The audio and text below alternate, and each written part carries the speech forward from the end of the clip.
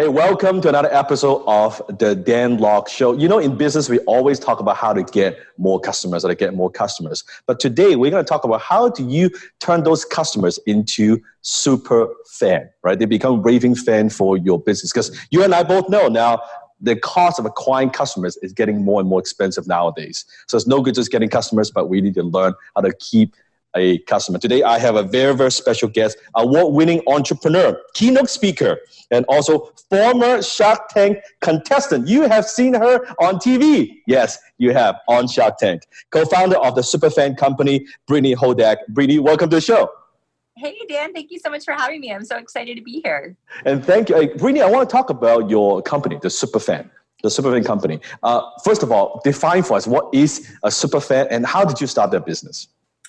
That's a great question. I define a superfan as somebody who over-indexes in their affinity for a brand, customer, item, and anything, right? Somebody who over-indexes in their affinity, something that they love, making them that much more likely to advocate on its behalf as part of their everyday life, right? So somebody who loves your team or your album or your movie so much that they want to talk about it, they want to be a part of it. As you said, I co-founded the Superfan company 8 years ago to help the world's greatest entertainers and brands better understand their customers and create things for those customers to engage with. And I'm on the go right now. Yes. Live from an airport lounge in Charlotte, North Carolina. My yes. flight was delayed, so thank you for being so accommodating for us to do this sort of on the fly.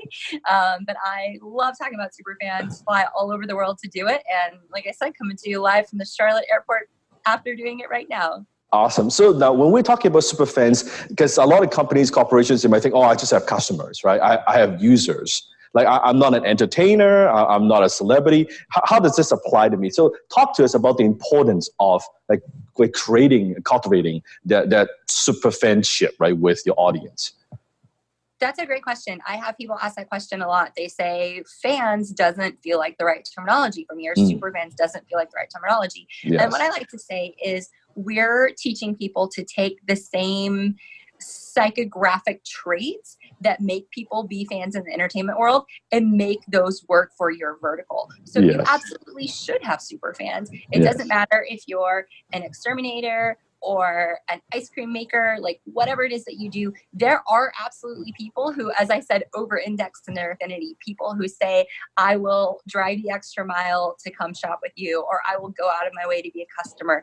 Those people are your fans. They want to refer other people to you. They have an affinity for what it is that you're doing. So I say don't shy away from the term superfan, lean into the term superfan, because I promise every single small business and medium business owner out there has people that would raise their hands and say, I am a fan of that company. In some way, we're all in the show business, right? Like people say all the time, right? All business is show business. We're all in the entertainment business. We need the customer's attention, interest in order for them to buy from us and do business with us, right? What's interesting is I noticed, so a lot of companies, they have customers, right? So let's say for someone listening to this, they're entrepreneurs, they're running companies. What do they need to do? What are the steps? And what are some strategies that you teach them to create superfans? So one strategy that I like to teach is something I call the WAVE method. WAVE, like wave or like a drinking wave. Like a concert, right? Okay, I get it. Yes. Or a football game, and you're doing the wave. You're doing the wave. Yes, I got it. Yeah, right. There's a lot of great energy around the word wave. It can mean a lot of different things, and usually energy is part of the meaning of the word, right? But I use WAVE as an acronym. It's a little bit like Maslow's hierarchy of needs. If you think about the Maslow pyramid, we all know so well. You've got to have the physiological and then the safety, and then it goes up from there, right? So I think that super fandom is the same thing. You've got to have a base. So I use the acronym WAVE to help people remember that you've got to make people feel welcomed, appreciated, validated, and engaged. Right? welcomed, appreciated, validated, and engaged for them to become a fan of what you're doing. And just like Maslow, it starts at the bottom. If somebody doesn't feel welcomed, they're not going to feel appreciated. And if they don't feel appreciated, they're not going to feel validated. And if they don't feel validated, they're not going to be engaged. So you've got to do each of these things. You've got to be conscious about taking people up through each one of these levels to get to the point of engagement. And once you've got engaged customers who buy into your why, they buy into what it is that you're doing, you've connected your story to their story in a very tangible way that they understand. Those are the engaged consumers that begin to have a spillover effect, right? They start to make referrals for you. They start to help you get these really highly qualified inbound new customers based on the strength of your brand, based on the strength of the business you've done with them already. So that's one of the methods that I teach people ways to think about making sure that, and a lot of people would say, oh, I would never make a customer feel unwelcome. And you probably consciously wouldn't, right? Like a lot of business people would say, yeah, I would never want to make people feel unwelcome. But I say, well, have you ever maybe posted something on a personal social page or on your blog that you thought was really funny, but maybe to somebody from a different background, like wouldn't be so funny? Yes. How do you think that makes them feel? It doesn't make them feel welcome, right? Yes. And the same thing with appreciation. You know, I think we've all been in situations before where we haven't felt appreciated by a business, right? Commodities are notorious for this, and utilities are notorious for this, about making people feel like they're just one of a million people, right? Like, I don't appreciate you as a customer. Validation, again, there's an amazing quote from Oprah on the power of validation. She says she's interviewed over 30,000 people, and every single one of them has been looking for that exact same thing, and that's validation. They want to know, I hear you, I feel you, what you're saying matters to me. It's a great quote from Oprah. No, I can't take credit for that. But validation. And then the E is for engaged. If you do these things and you build it up correctly and you give people a platform to engage with your brand, they absolutely will. And that's sort of the basic of how you start to go about creating a superfan strategy. And how does that tie to, let's say, social media? Because I know you work with a lot of different companies, you do keynote. A lot of companies, even now, they're still very corporate, very like faceless, right? That here's my product, you buy my product, and that's it. But there's no story. You know, I definitely want to ask you the next question about how storytelling ties into all this. But how does the concept of superfan, how does that tie to social media, and in terms of bigger company who they have a brand, they have a logo, that doesn't have a ton of emotions around that, and that doesn't create superfans. Like, what's your take on that? Well, first I would challenge you to say that just because you have a logo, you don't have a brand. That's right. Like, you might have a business, but a logo does not make a brand. And I think 100%. that's one of the principles of marketing that a lot of people get wrong. And they think, oh, I'm doing enough. So I would say you perhaps don't have a brand if you don't have a personality on social media, because people buy from people, right? People don't buy from companies. People buy from people, and people want stories that they connect with. So if your business isn't relating to people in a very personal way, perhaps you don't have as strong a brand as you think you do. And perhaps those people might be a little bit more likely to try a competitor than you think they are. You might not have them as blocked as you think you do. And, you know, social media is one of those tricky things. I'm somebody who's not like super active on social media. You know, I do a little bit here and there, but my core customers all know how to get in touch with me. Like I'm more likely to like text stuff to a customer than I am to put stuff on social media, just because it's not something that I love to do. So I don't prioritize it, which I should probably work on, right? Like it's something that perhaps I should do more, not perhaps, definitely I should do more of. But people say to me all the time, you know, I just came from an event. I just was speaking at Engage Marketing here in Charlotte, which is an incredible conference for mortgage professionals. And a loan originator said, hey, please don't tell me that I need to put pictures of my kids on Instagram. I hear that all the time that, oh, if I want to connect with people in my local market, I've got to put pictures of my family on Instagram, and I don't feel comfortable doing that. And I said, then you absolutely shouldn't. Like, you should never do anything on social media or anywhere else that doesn't feel authentic to you. Because 100%. if you're just doing something because you think it's the right thing to do, you're probably never going to be that successful at it. Because people see through that anyway. It's not authentic. Right. It's going to come off as inauthentic. Yeah. Yeah, it makes sense. And in my mind, like I say the same thing. Like people buy from people, right? Where you don't want just a transactional relationship, right? You buy something, you sell something, and that's it. We want a transformational relationship. Now it's the beginning of a relationship where, okay, now we've done business, you enjoy the experience, you enjoy the product, and now how do we cultivate the relationship and take it to the next level, right? And that's how you get all the referrals, and that's how you have all the customers coming back and buying more from you again and again, right? So I know it sounds such a basic concept, but I agree with you. Most companies, you don't think about it. And I think you brought a very, very important point. I want to make sure that our listeners get this. It's about competitor, right? Prove your business, because in terms of, let's take what I do. Let's say in terms of teaching sales and closing, how many people teach sales? How many people teach closing? How many books are out there on Amazon, right? But how many people who teaches closing, who maybe is an Iron Man fan, who is a Bruce Lee fan, who has My Immigrant Story? Then there's only one. Because exactly. Right? You're uncopyable. Right, and that's actually what gives you the edge in the marketplace. So Brittany, what about storytelling? So in terms of, I'm an entrepreneur, I want to create more super fans. What do you recommend? So I want to kind of get my name out there more. I want to build my brand more. Like, what's some of the stories that I should share with my audience to create the connection? So there's not one stock answer, because everybody is different. Every entrepreneur is different. Every company is different. And what I always say is the most important story isn't yours. The most important story is that of your potential customer, right?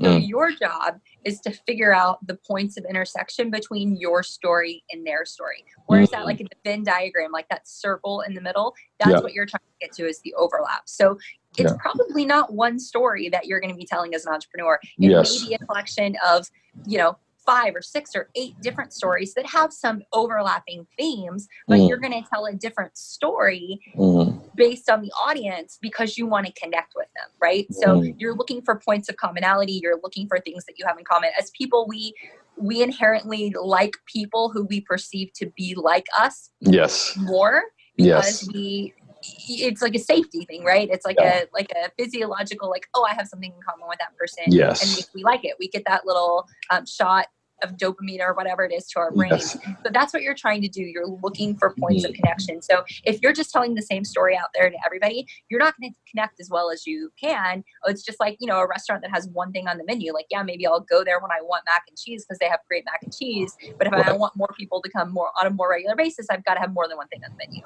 Right. And how has that shifted in terms of when you work with companies that they do just advertising, to do traditional marketing? How does the concept of superfan, like how do they integrate this in terms of, okay, so storytelling, being more on social media, okay, they get that. What else could they do?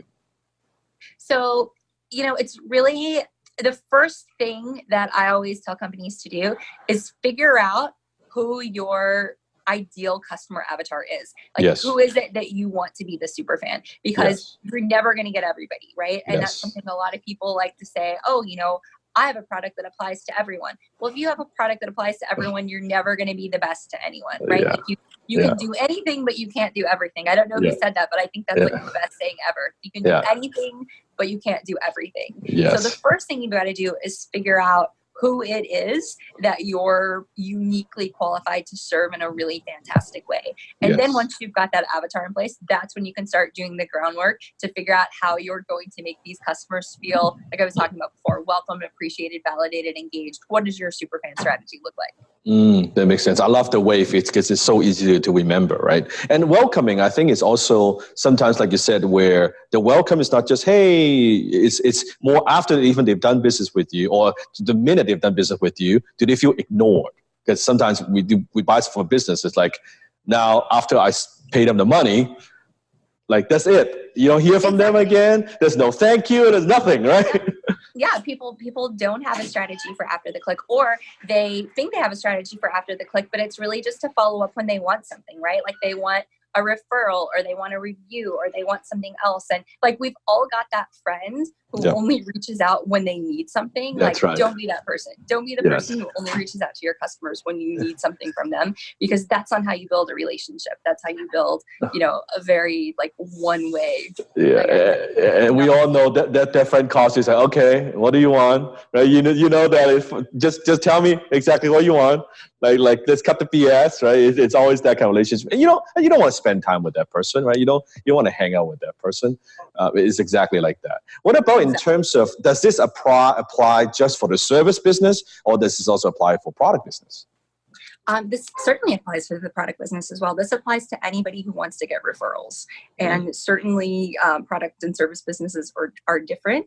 And it also depends on, the cost point of the product that you're looking to sell. But certainly this is applicable to everyone, because as you said before, the cost of acquiring a customer is typically so much higher than the cost of keeping a customer, especially if that customer is referring new customers to you.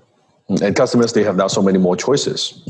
It's nothing new, like, unless you have some breakthrough technology. But for most of us, there's nothing new under the sun, right? Like, they can buy this product from you. They can probably have like 10, 20 other choices. You could argue, your product is better and you've been in business longer and all these things. But at the end of the day, people have a lot of choices. Right? It's good and bad.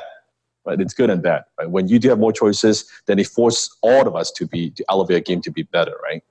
Exactly. Yeah. And that's going to continue to be the story, right? Like, we live in an age of technology. We live in a world where everyone is forced to up their game constantly just to compete.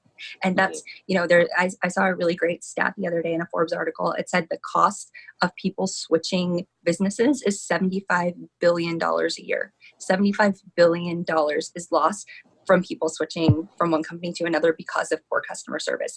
And 67% of people in that same study said that they had switched companies within the past year because of a poor customer service experience. Oh, wow. $75 billion, right? And 2/3 of people who say, if I have a bad experience, I'm going to switch. Like, that's the high stakes, right? Like, we're at a point where, again, it's like great customer service is no longer, something that's nice to have. Like, it's the cost of entry. And we've talked about like what to do. Can you give us maybe one big idea about what not to do?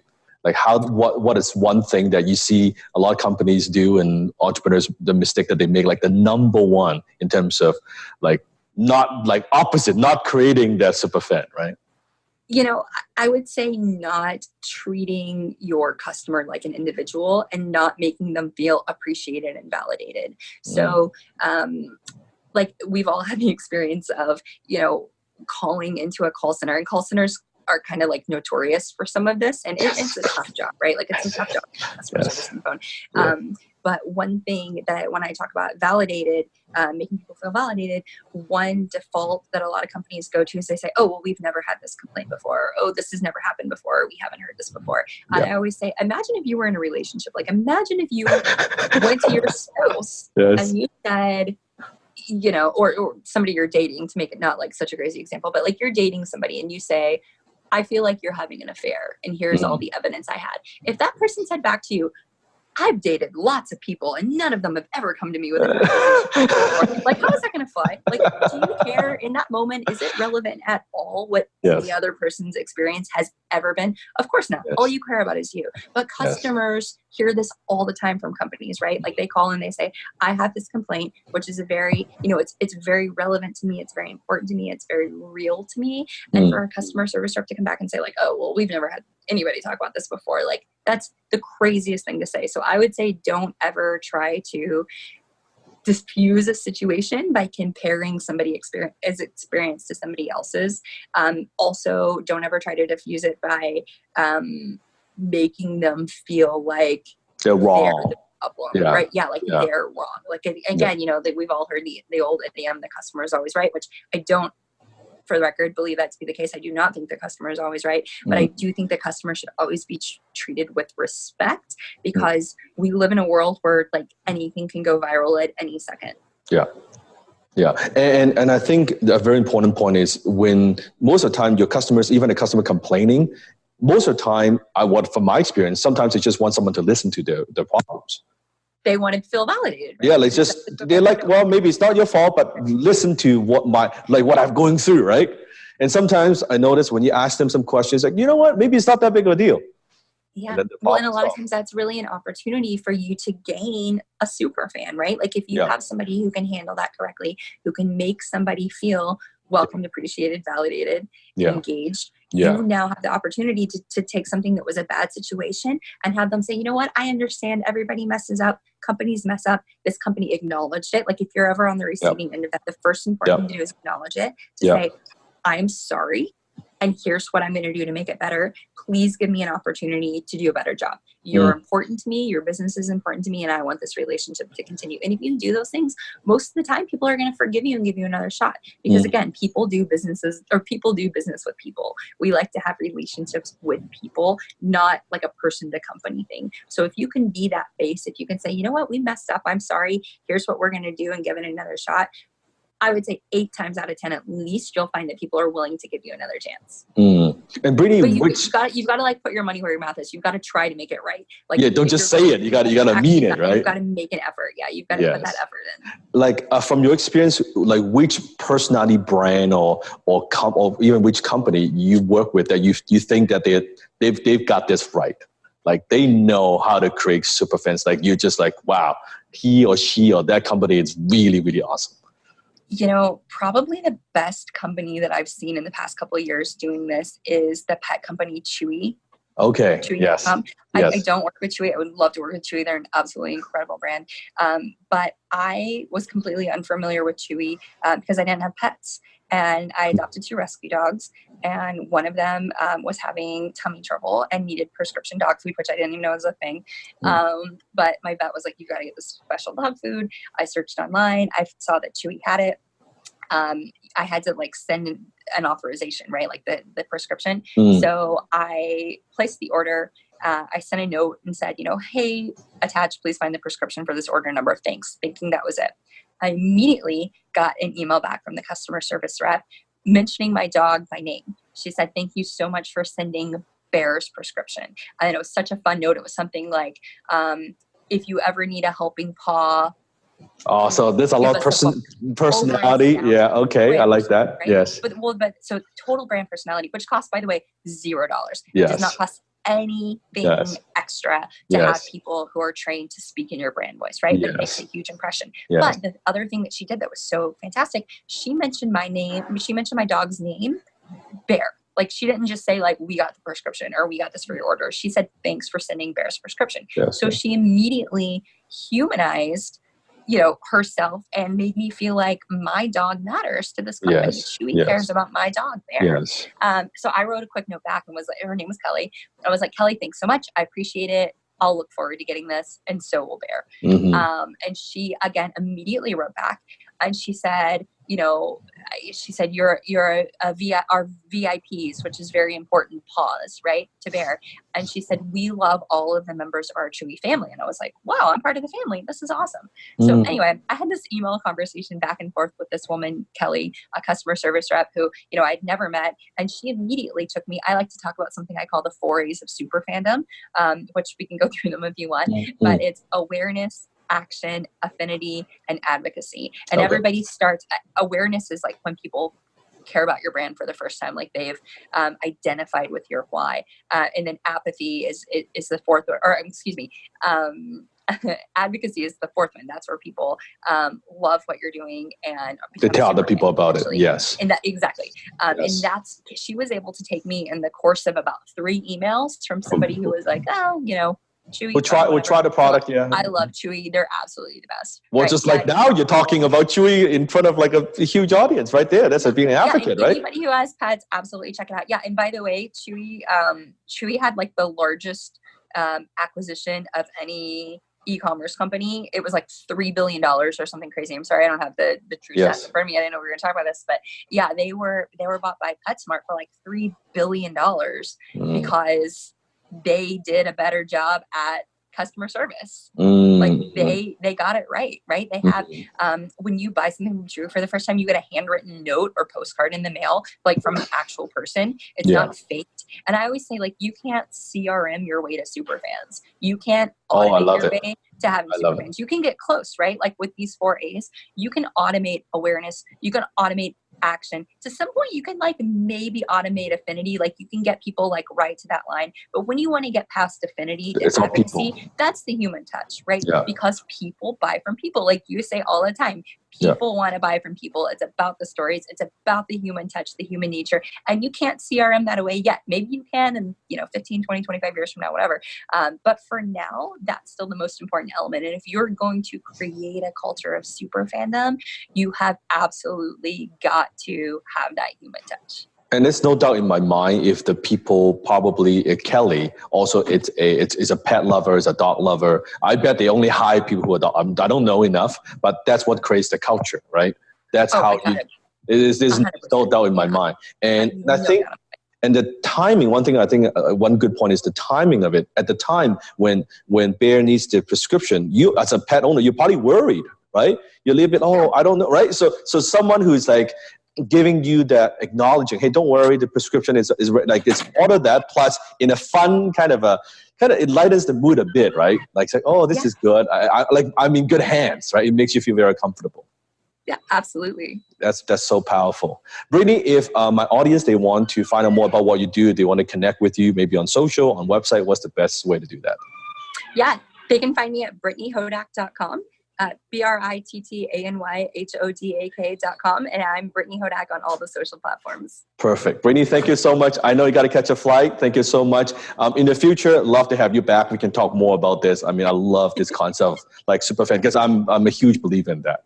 And that's what we do. Thank you so much, Dan, and thank you again for not minding this beautiful backdrop of this room in the Charlotte airport. But I'm such a huge fan of you and the show and everything you're doing, and I just want to say thank you so much for inviting me on. And I'm so excited to check out the new book. When can I get my hands on a copy? I'll send you a copy. I'll send you a copy. I can't wait to read it. I know that it's going to be absolutely incredible. I'm a super fan of it already, just from what I know of your work.